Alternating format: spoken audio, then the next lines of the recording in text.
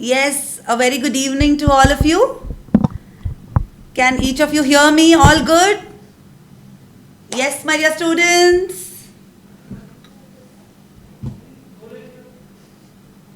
Good evening to all of you.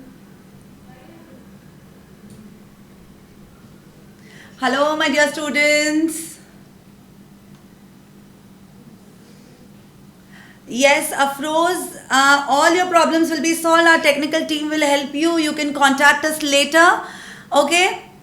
Yes, right now just let's focus on what we are here. Okay? I'm happy to see all of you. Welcome all of you. A very good evening.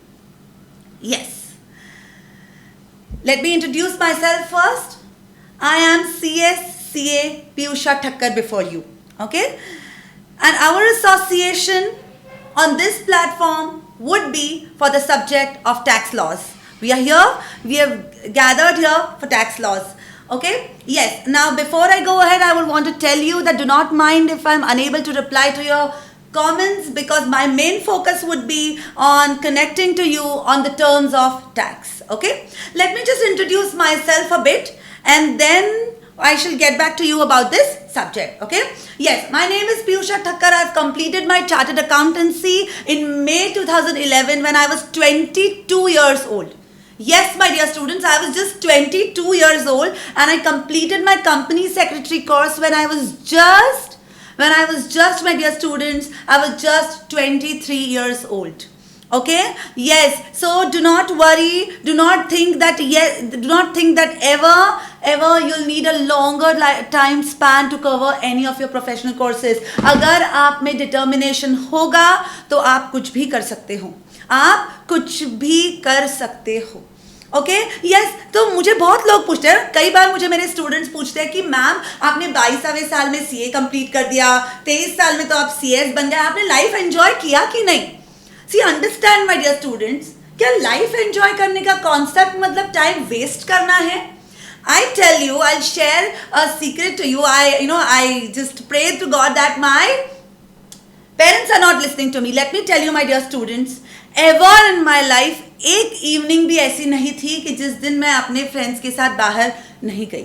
Okay, it is not like that. It is all about time management. It is all about how smartly you can adjust your timings, you adjust your preferences, you can adjust and manage your goals with what you want to achieve in life. Okay, and time is a very important weapon with which you can do it. Just imagine, see, understand कि the effects of the current pandemic, उसके जो impact हो रहा है अपने life पे सब भूल जाओ. But ये सोचो आज आपको you can access such good faculties, okay, sitting at your home online without wasting your time and traveling. Just imagine, without wasting your time, you're saving such a lot of time, right? So you can do wonders. Make the best use of this time, my dear students. Make the best use of this time. You will not get this time ever. You will not be able to, आप कभी भी आपको इतना time कभी भी अपने life में फिर से नहीं मिलेगा. Right? No traveling time. You can just adjust your time the way you want to. You can listen to the lectures the way you want to. Right? Okay. Yes. Now let's come back to the most important subject for which we have gathered here. Okay. See. CS Executive, new syllabus, paper 4, tax laws, my dear students. Yes, understand. Before I begin with this tax laws, let me give you a brief introduction of what our paper will constitute of and what would be the pattern of the questions which would be asked to us in our examination. Okay? Yes. When we speak of tax laws, अगर आपने आपके दोस्तों ने जिन्होंने already ये exam दे दी है, जिन्होंने ये ग्रुप अपीयर किया है, उनका उनके लिए तो ये बहुत उनका हमेशा फीडबैक आपको रहेगा कि ये बहुत ही डरावना सा सब्जेक्ट है आपको हमेशा इससे डरना चाहिए. But I tell you my dear students अगर आपको दिए हुए टाइम लिमिट में और अगर आप रेगुलरली जिस हिसाब से जो स्ट्रैटेजी आपको दी जाएगी अगर आप वो फॉलो करो then I assure you my dear student that tax laws would be one of your easiest and the most favourite subjects. Okay? Yes. Now this paper 4 of tax laws is of 100 marks which is divided into two parts. 50% of the paper is direct taxation which gives 50 marks and the other 50% is indirect taxation, which has another 50 marks. Now when we speak of direct taxation, okay, when we speak of direct taxation focuses on income tax, and indirect taxation part focuses on goods and services tax, that is GST, and customs laws, which forms other part of our indirect tax papers. Okay, so when we speak of income tax, we have 50 marks and 50 MCQs, and in case of goods and services tax, GST and customs will both comprise of 50 marks, 45 and 5 marks each. Okay, yes my dear students.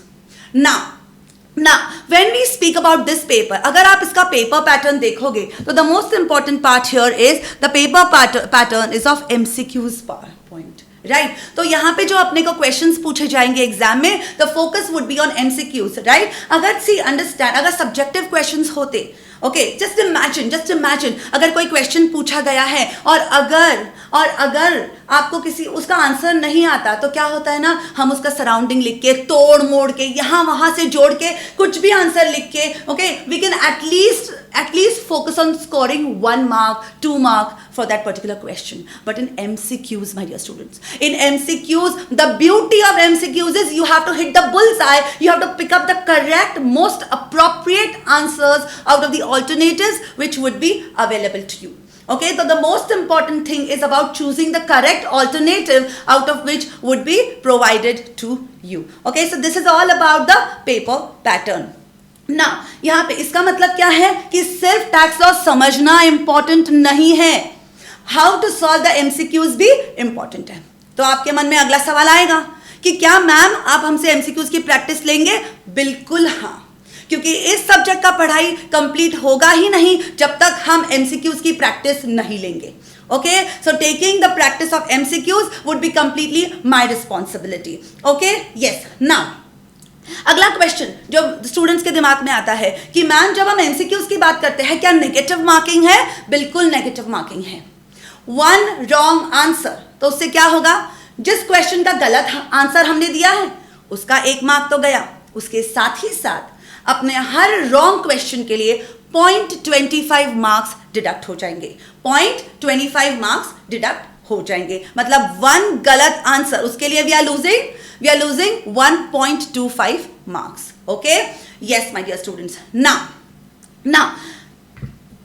Now let us first focus on the kinds of books that we are going to study upon. Okay, yes, direct taxes and indirect taxes. तो मैंने क्या किया है, ये पूरा subject 2 modules में divide कर दिया है, 1 for direct tax and 1 for indirect tax. I want to show you the books that have been designed to you. Okay, see, जब हम टैक्सेस की बात करते हैं माय डियर स्टूडेंट्स, जब हम टैक्सेस की बात करते हैं, टैक्स लॉज की बात करते हैं, तो यहाँ पे क्या है, इनकम टैक्स है, जीएसटी है, कस्टम्स है. So it is not about studying 1 paper, it is about studying 3 different acts. तीनों का पॉइंट ऑफ व्यू अलग है, तीनों का सब्जेक्ट मैटर अलग है, तीनों का टैक्सेबिलिटी अलग है, इसलिए हम 3 डिफरेंट एक्ट्स पढ़ने वाले हैं. Okay, yes. Now this is your direct taxes book. Okay, now if you see my dear students, I have direct tax is one of the most trickiest laws for interpretation. इसलिए मैंने क्या किया है, I have tried to reduce the entire tax, the entire income tax, the entire provision of the income tax in a very simpler, easier manner for you. Okay, ये बहुत ज्यादा important है. क्यों? क्योंकि आपको अगर हम क्वेश्चन दे दे, राइट, एमसीक्यू पैटर्न है, so you should be able to remember the right point of time, right. इतना ही नहीं, if you see at this book my dear students, ये आपका इनडायरेक्ट टैक्सेस का बुक है. If you see at this book my dear students, yes, ऐसे इस book से हम पढ़ने वाले हैं, राइट. मैंने पूरी की पूरी बुक अगर आप देखोगे तो I have made use of the best papers, the best images and the best colours for you. Why?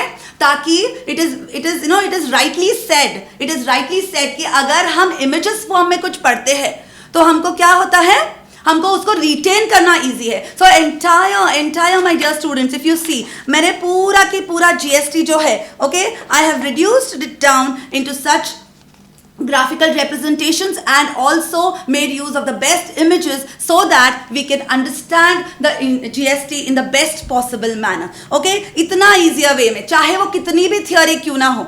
Okay, yes. अब ये तो हो गया अपना regular books जिससे हम पढ़ने वाले हैं. डायरेक्ट टैक्स की बुक एंड इनडायरेक्ट टैक्स की बुक। इसके साथ साथ ओके, अब अगला सवाल, can you revise the entire book just before the day of the examination?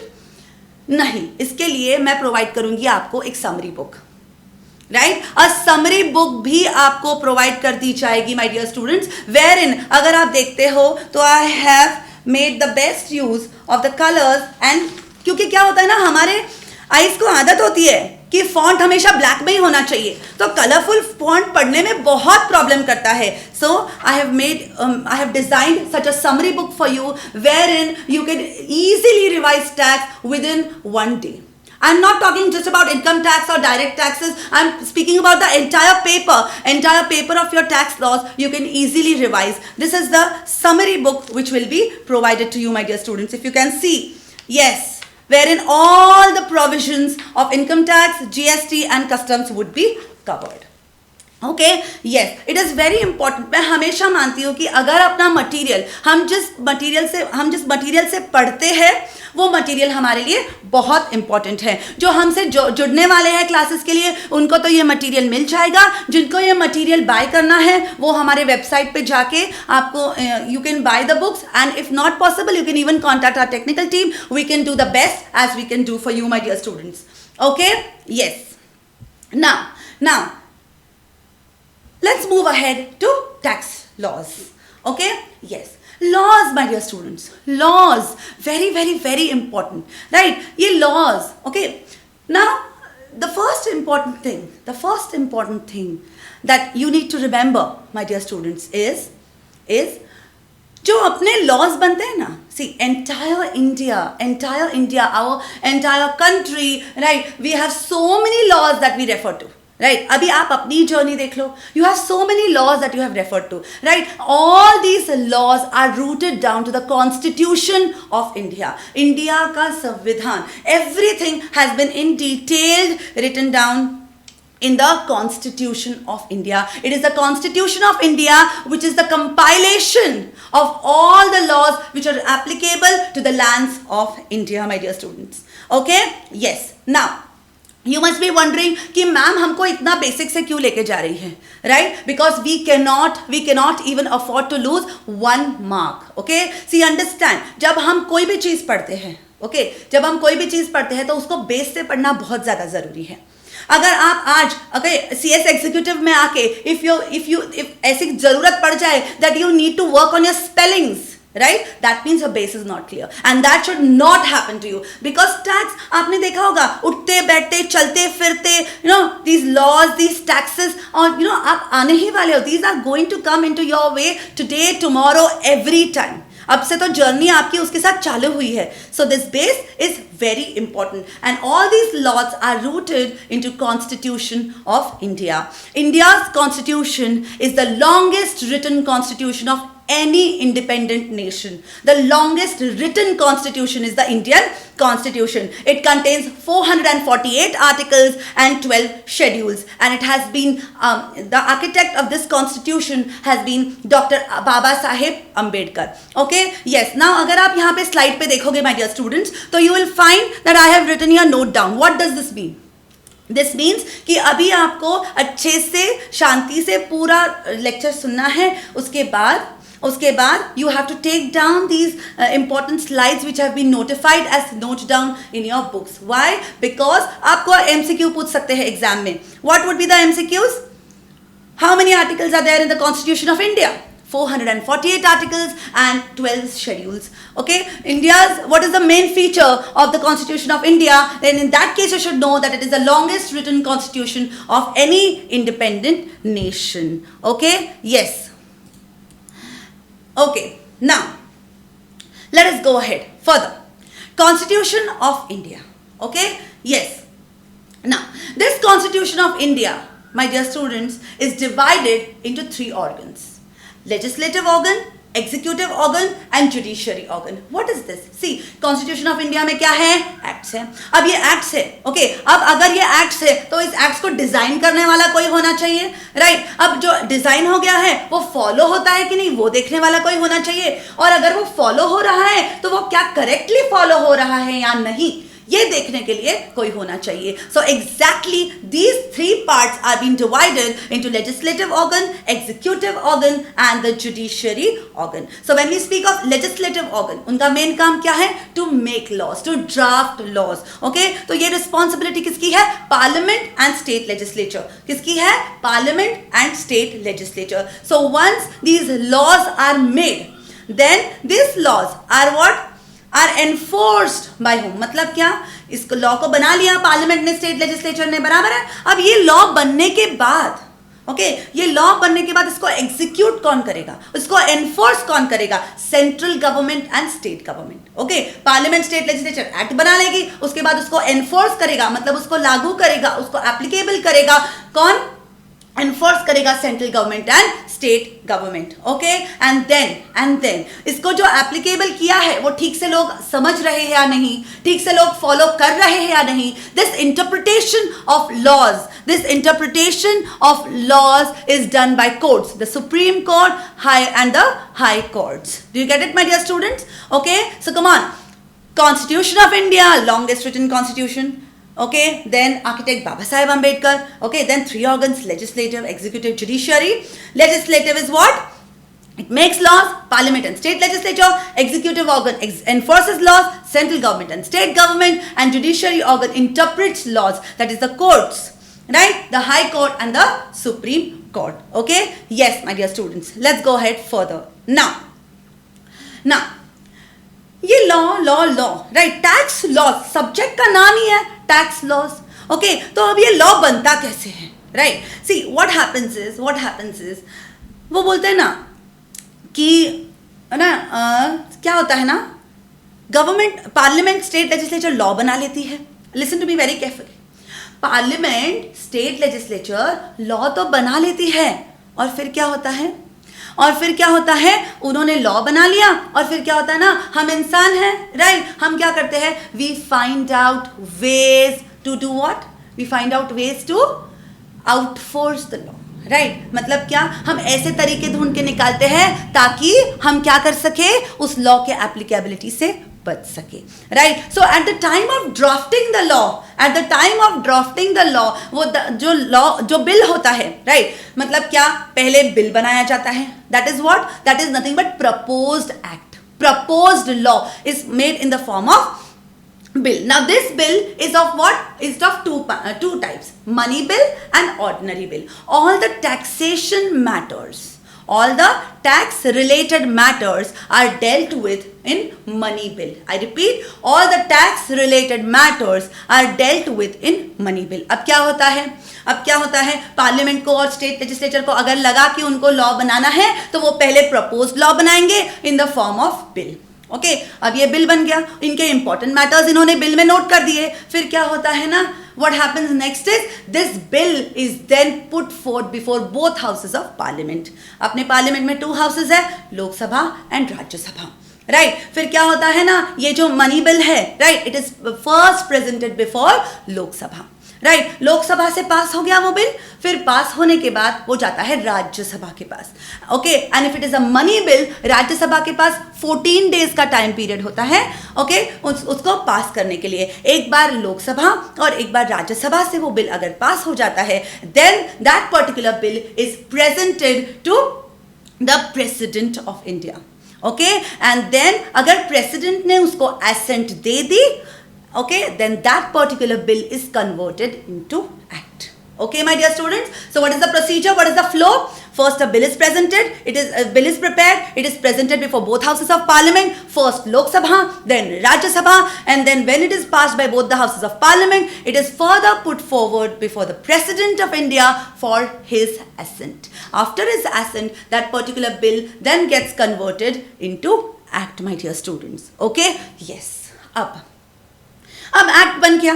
Okay, अब एक्ट बन गया. Now listen to me very carefully, very very very interesting part. Okay, see understand my dear students, हम अगर देखते हैं income tax act what 1961, right? मतलब क्या? उन जमाने के लोग भी नहीं रहे, राइट? उन जमाने की ख्यालात भी नहीं रहे, राइट? इन्फ्लेशन से वैल्यूज चेंज हो गए, पावर ऑफ मनी चेंज हो गया है, रुपीस का साइन भी चेंज हो गया है, राइट? फिर भी वही लॉ अपने को एप्लीकेबल होता है, right? Then is it correct? Is it act? Okay, it is act. Okay, फिर अंडरस्टैंड. फिर क्या होता है? अंडरस्टैंड. एक्ट तो बन गया, बिल, फिर house of parliament, president, act तो बन गया. अब ये जो एक्ट बनता है ना, ओके, अब इस एक्ट से बचने के लिए, listen to me very carefully, अब इस एक्ट से बचने के लिए my dear students, okay, what does the public do? Public क्या करता है? पब्लिक ऐसे तरीका निकालता है कि जिससे उनको टैक्स ना भरना पड़े, या वो क्या हो जाए, टैक्स इनकम टैक्स अथॉरिटीज हो या कोई भी अथॉरिटीज हो उनके चंगुल में ना फंसे, या ऐसे कोई they want to design, they need to design their transactions in such a way that they do not arise into any complications in India. Right? तो उसके लिए क्या होता है ना, राइट, फिर कोर्ट के जजमेंट्स को देख के, लोगों की हरकतें देख के क्या करना पड़ता है, इन एक्ट्स को, जो लूप होल्स होते हैं ना, इस लूप होल्स को अथॉरिटीज को क्या करना पड़ता है, इस लूप होल्स को सील करना पड़ता है. Okay, they have to do what? They have to cover all the loopholes which are there in the existing law, and in order to cover these loopholes, they have to continuously amend the laws. Okay, then the amendment of laws is done in budget, my dear students. It is done in budget. Budget is presented yearly. बराबर है ना? मतलब क्या होता है ना कि government continuously नजर रखती है कि लोग क्या कर रहे हैं, लोग बचने के लिए क्या कर रहे हैं, कोर्ट्स में किस प्रकार के केसेस जा रहे हैं, कोर्ट्स का जजमेंट क्या आ रहा है, राइट, अपना डिपार्टमेंट जो है वो जीत रहा है कि हार रहा है केसेस, राइट, उसके हिसाब से वो लोग हर साल उस एक्ट में अमेंडमेंट्स लाते हैं. This means that we have to study income tax, we have to study GST, customs, their respective acts, as well as we also have to refer to the amendments. Okay, yes. अब ये जो budget की बात होती है ना my dear students, ये जो बजट की बात होती है, okay, now budgets are of two types, interim budget and final budget.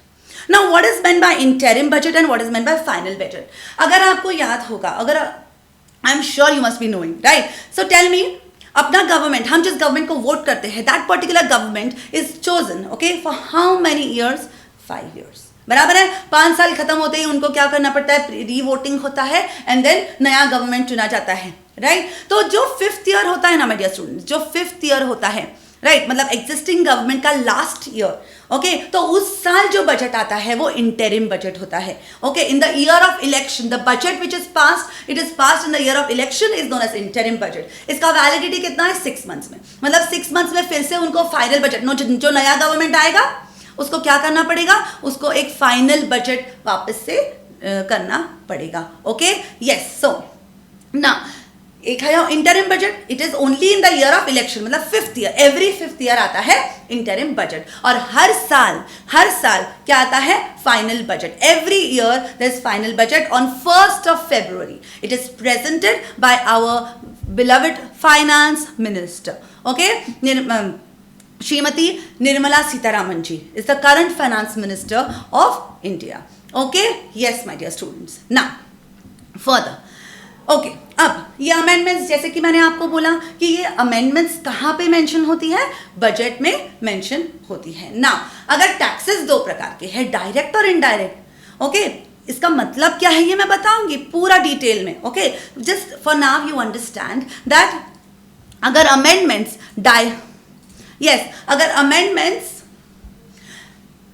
अगर अमेंडमेंट्स आते हैं तो डायरेक्ट टैक्सेस के भी अमेंडमेंट्स आते हैं एंड इनडायरेक्ट टैक्सेस के भी अमेंडमेंट आते हैं. ओके, नाउ जब हम डायरेक्ट टैक्सेस की अमेंडमेंट की बात करते हैं, ओके, जब हम डायरेक्ट टैक्सेस की अमेंडमेंट्स की बात करते हैं, then this particular amendments, direct taxes amendments are applicable from the first day of the next year, from first day of next year, अगले साल के पहले दिन से एप्लीकेबल हो जाएगा. और ये जो इनडायरेक्ट टैक्सेस है माय डियर स्टूडेंट्स, ये जो इनडायरेक्ट टैक्सेस है, अगर आज अमेंडमेंट डिक्लेयर कर दिया तो मिडनाइट से, मतलब 12 बजने के बाद जब अगला दिन चालू हो जाएगा वो अमेंडमेंट एप्लीकेबल हो जाता है. इसीलिए तो अगर आपको याद होगा, अगर बोल दिया कि गवर्नमेंट ने बता दिया कि कल से पेट्रोल की कीमतें बढ़ जाएंगी, तो क्या होता है? आधी रात सारे पेट्रोल पंप पे लंबी लाइनें लग जाती है. क्यों? क्योंकि 12 बजे के बाद नया बढ़ा हुआ पेट्रोल का दाम अपने को एप्लीकेबल हो जाएगा. Do you get it? Okay, yes my dear students. Now further, let's go head further. Okay, now let's come to our attempt.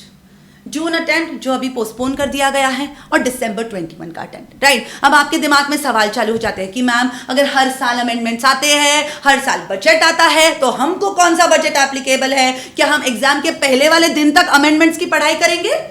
No my dear students, okay, no, we are not going to do that. Okay, there is certain applicability, there is a time limit to which the कौन से notifications आएंगे वो अपने exam को applicable हो जाएंगे. So December 21 के attempt के लिए, okay, December 21 के attempt के लिए my dear students, the applicable budget is budget 2020. The applicable budget is budget 2020, okay, and the important notifications and circulars which are applicable would be up to 31st of June 21. मतलब 31st June 21 तक जो भी नए amendments, notifications, सब कुछ जो भी आएगा, ओके, वो अपने एग्जाम के लिए जो दिसंबर 21 के लिए है वो एप्लीकेबल हो जाएगा. Do you understand my dear students? Okay, और फिर अगला सवाल, माय डियर स्टूडेंट्स, ओके, आपको कुछ भी डरने की जरूरत नहीं है. All the amendments will be covered in the class, okay, yes. और उसके बाद अपना क्लास खत्म होने के बाद भी अमेंडमेंट्स के लिए we will be taking a quick revision about the amendments, specially on amendments. हाँ, सब्जेक्ट्स तो रिवाइज करेंगे ही, पर अमेंडमेंट्स भी रिवाइज करेंगे, because when we speak about tax laws, major focus is on the amendments also. Okay, yes, let's go ahead further. Okay, yes, now tax.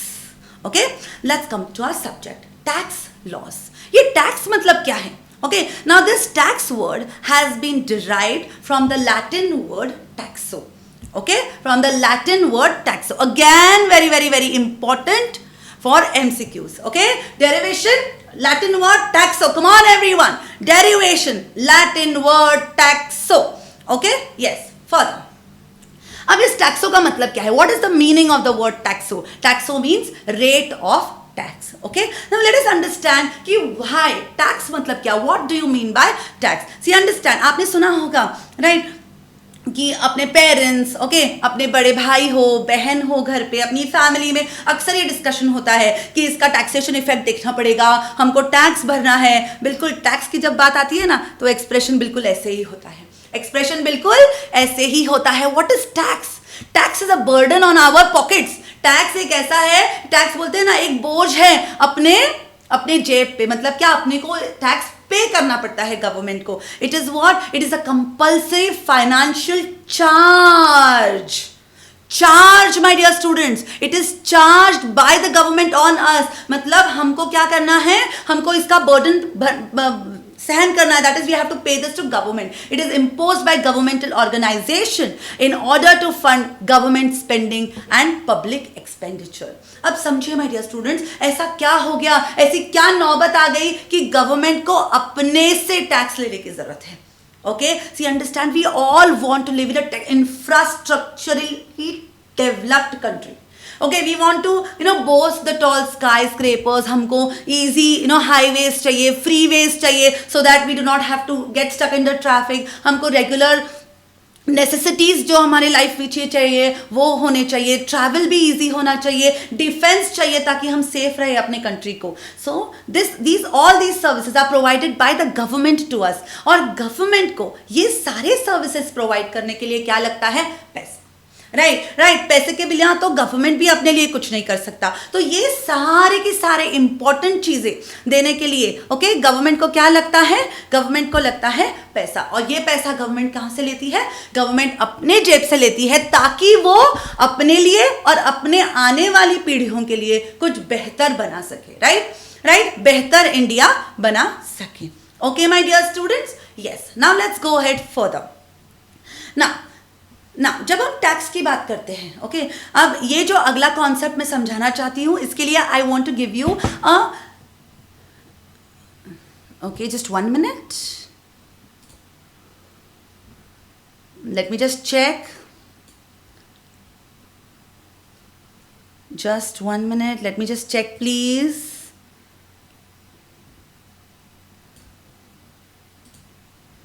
No, all good from my end.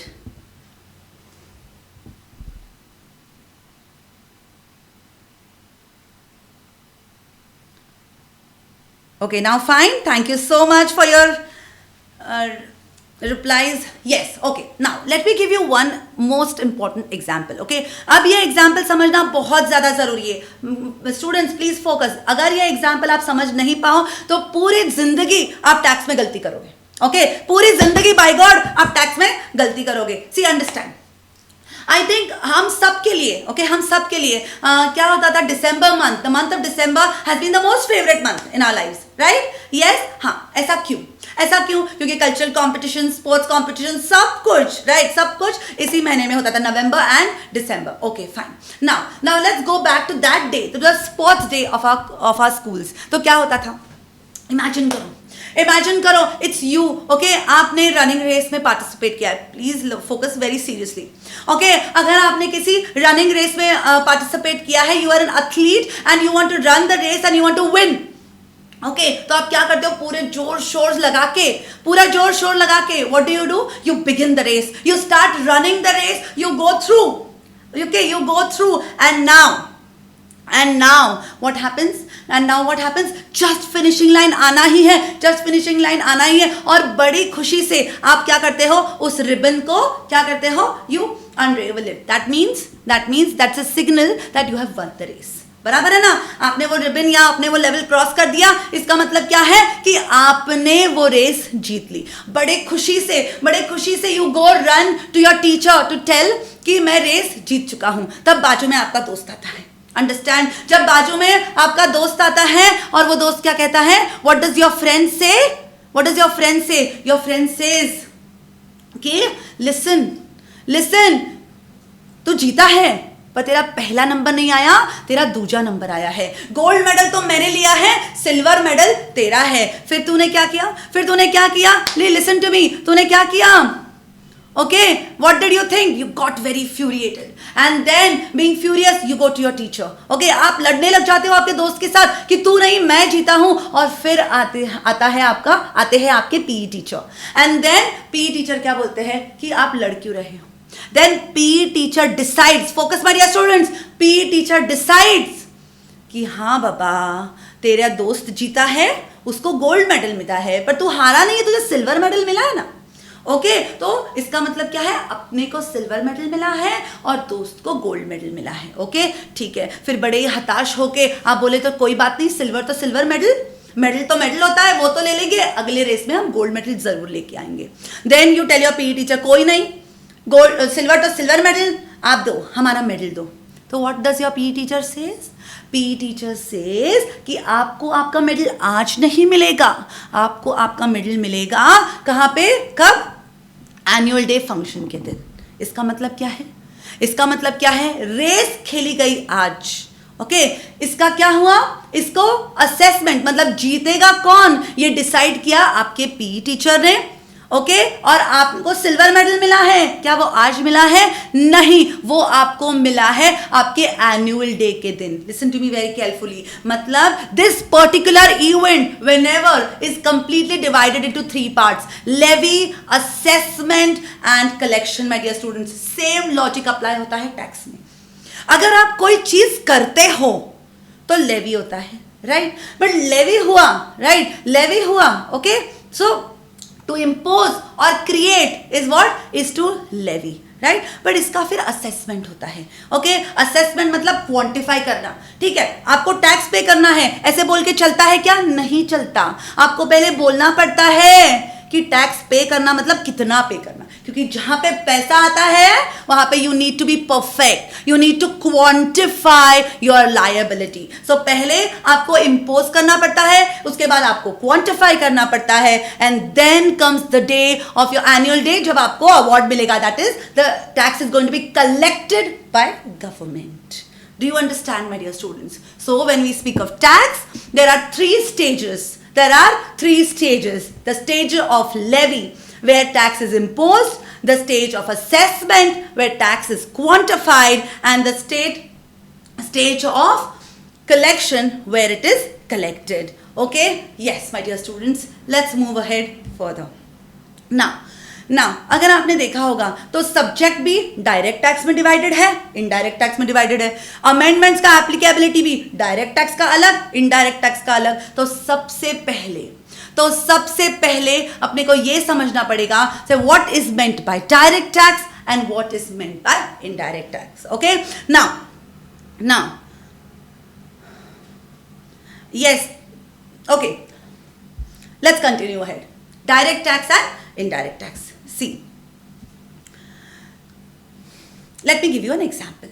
Okay, what is the difference between direct tax and indirect tax? अब मुझे एक बात बताओ my dear students, क्या हम सब ने, I think हम सब जितने भी लोग प्रेजेंट है, सब ने कभी ना कभी डोमिनोज से ऑर्डर तो किया ही होगा. ये तो बाय गॉड, ये तो अपना फैशन ही है, क्या बोलते हैं ना, राइट? तो ये तो अपना फैशन ही है, राइट? अपने को डोमिनोज का पिज्जा तो आपने एक बार जिंदगी में खाया ही होगा. ओके, मानो कि आपने एक पिज्जा ऑर्डर किया.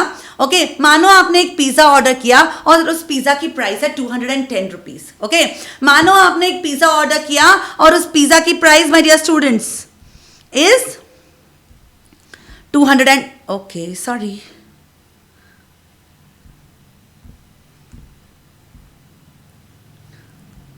यस, मानो कि आपने पिज्जा ऑर्डर किया और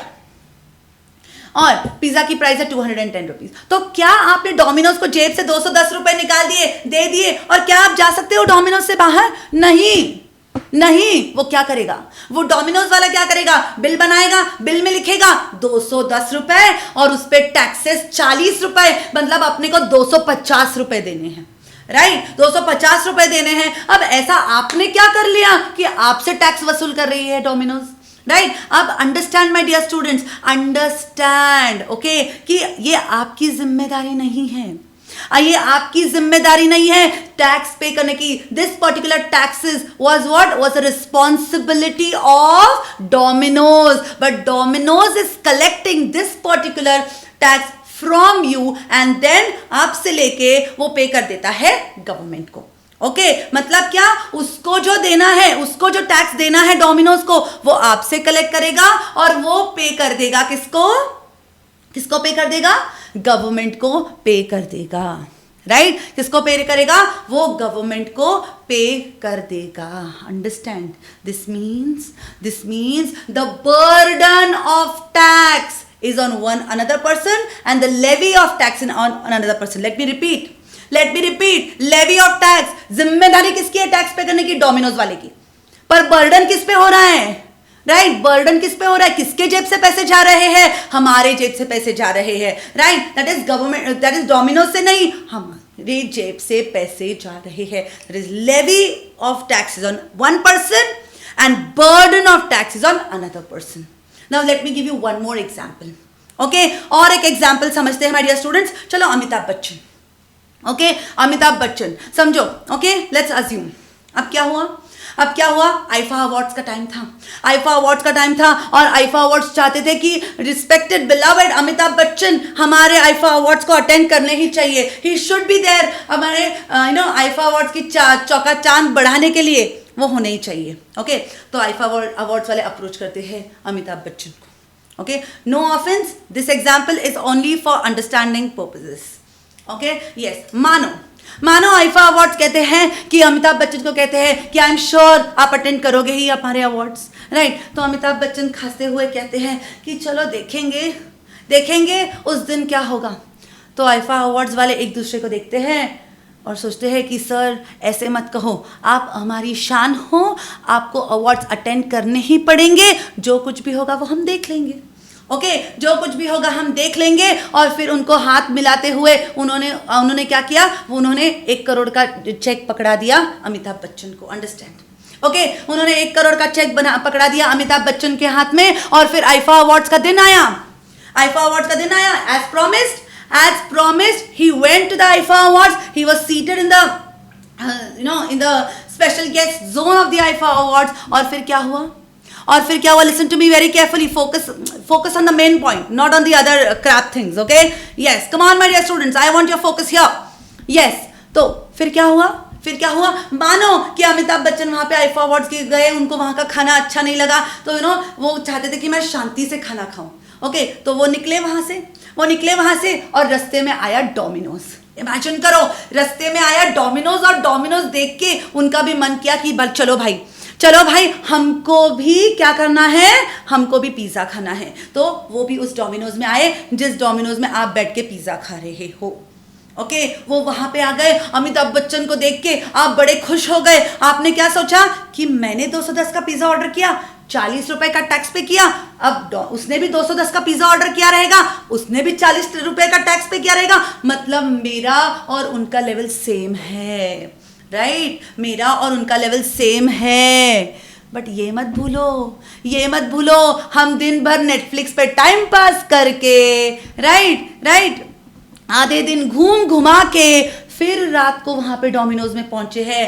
but Amitabh Bachchan has already earned 1 crore rupees for being Amitabh Bachchan, and now he has come here and paying taxes on this pizza of Domino's. Okay, do you understand, my dear students? So here if we focus on those 1 crore rupees, if we focus on the 1 crore rupees, okay, understand? Okay, इसका ये जो 1 करोड़ है ये किसके जेब में जाएगा? अमिताभ बच्चन के। इस पर टैक्स कौन पे करेगा? अमिताभ बच्चन। इनकम किसकी? बच्चन जी की। टैक्स कौन पे करेगा? बच्चन जी। मतलब levy on the same person, burden of payment on the same person, then it is known as direct tax. Whereas जो पिज्जा उन्होंने और आपने खाया उसका जिम्मेदारी टैक्स की किसकी? डोमिनोज की। किससे वसूल किया है? अमिताभ बच्चन और आपसे।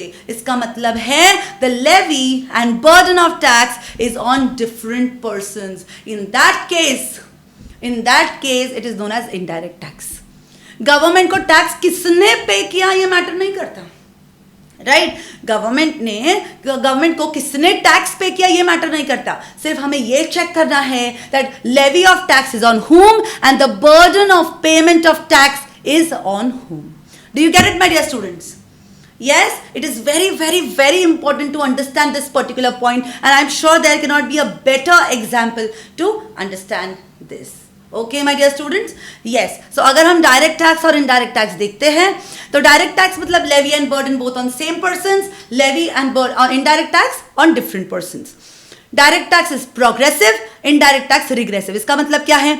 अमिताभ बच्चन का इनकम 1 करोड़ से 100 करोड़ हुआ तो उनको 100 करोड़ पे टैक्स पे करना पड़ेगा। बट अगर इनडायरेक्ट टैक्स की बात करें तो उनकी इनकम 100 करोड़ हो गई तो 210 रुपए के पिज्जा पे 200 का टैक्स दे लेंगे, 40 रुपए का टैक्स फिक्स है, that is it is regressive. Okay, yes. Further evasion की पॉसिबिलिटी डायरेक्ट टैक्स में ज्यादा है क्योंकि खुद के इनकम पे खुद टैक्स पे करना है, बट इनडायरेक्ट टैक्स पे क्या है? Evasion possibility is less. The department for direct tax is CBDT, central board for direct taxes, and for indirect tax is CBIC, central board of indirect tax and customs. Okay, yes. The example is for direct tax the example is income tax, and for indirect tax it is GST and customs, my dear students. Okay, yes. Now what is the name of our subject? Okay, what is the name of the subject? Is it just act?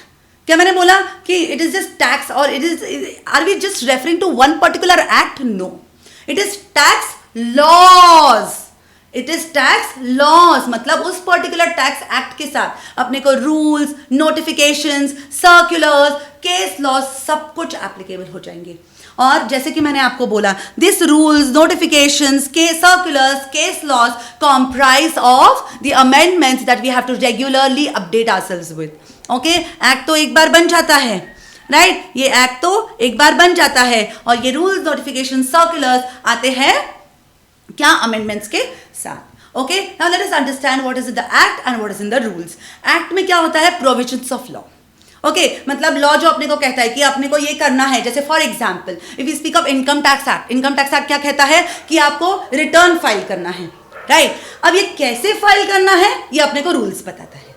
Okay, मतलब provisions of law are explained by the act and implementation of law has been explained to us in rules. Okay, yes. Further, my dear students, अगर हम notifications और circulars की बात करते हैं, इसका मतलब क्या है? नोटिफिकेशंस मतलब क्या? नोटिफिकेशन ये वर्ड तो अपने लिए बहुत कॉमन हो गया है लाइफ में, राइट? फेसबुक का नोटिफिकेशन आया, इंस्टा का नोटिफिकेशन आया, राइट? अपने यूट्यूब चैनल आप जो फॉलो करते हो उसका नोटिफिकेशन आया। नोटिफिकेशन मतलब क्या? नोटिफिकेशन मतलब क्या? Understand what is meant by notification, my dear students. Notification means communication of changes. अगर मैंने मेरे फेसबुक अकाउंट का डीपी चेंज किया, अगर मैंने मेरे इंस्टा का डीपी चेंज किया, तो क्या होता है, आपके मोबाइल पे तुरंत नोटिफिकेशन आता है कि पीयूषा मैम ने ऐसा किया. In the same way, whatever changes in the act, in the rules are made by the departments are done through notifications. Okay? Yes. Now, further. अब क्या होता है ना, गवर्नमेंट ने बोल दिया तो क्या हमको तुरंत सब कुछ समझ में आ जाता है? नहीं. तो कई बार ऐसा भी हो सकता है कि एक चीज को दो तरीके से इंटरप्रेट हो गया, राइट? तो कुछ भी डाउट अगर अराइज होता है, उस डाउट को क्लियर करने के लिए क्या इशू किया जाता है? सर्कुलर्स इशू किए जाते हैं. Okay, yes. And then supreme court and high court के तो जजमेंट्स होते हैं. ओके, उन केस लॉज को अपने को रेफर करना ही पड़ता है. Supreme Court is what? Supreme Court is the highest apex authority, right? तो decision of Supreme Court is the law of land, अपने को वो फॉलो करना ही पड़ता है. और जो हाई कोर्ट होता है, वो हाई कोर्ट का, हर हाई कोर्ट का एक जुरिस्डिक्शन होता है, राइट? तो उस जुरिस्डिक्शन में उसको उसके जो केस उसके डिसीजंस एप्लीकेबल हो जाते हैं. Okay, yes. तो जैसे कि मैंने आपको बताया था कि this paper of tax laws is divided into income tax, GST and customs. So the first thing that we are going to study is customs laws. And I promise you, my dear students, this is going to be the most favorite part of your understanding and your part of tax laws. Okay? And if you want to enjoy this journey, you have to stay tuned and you have to meet me tomorrow at the same time, at the same place at 7 o'clock. Okay, customs laws हम begin करेंगे कल से. Okay, पूरा क्रक से, detail से, basic से समझाना चाहती हूँ. अब मैं अगर स्टार्ट करूंगी तो मुझे कोई भी टॉपिक अधूरा छोड़ना पसंद नहीं है. Okay, so we will begin our customs laws from tomorrow. Okay, hope to see you all tomorrow with the same enthusiasm. Okay, so see you all. Okay, तो कई लोग ये पूछ रहे हैं कि क्या रोज होगा ये लेक्चर? ओके, यस, आपको फ्राइडे तक तो ये लेक्चर्स मिल जाएंगे रोज.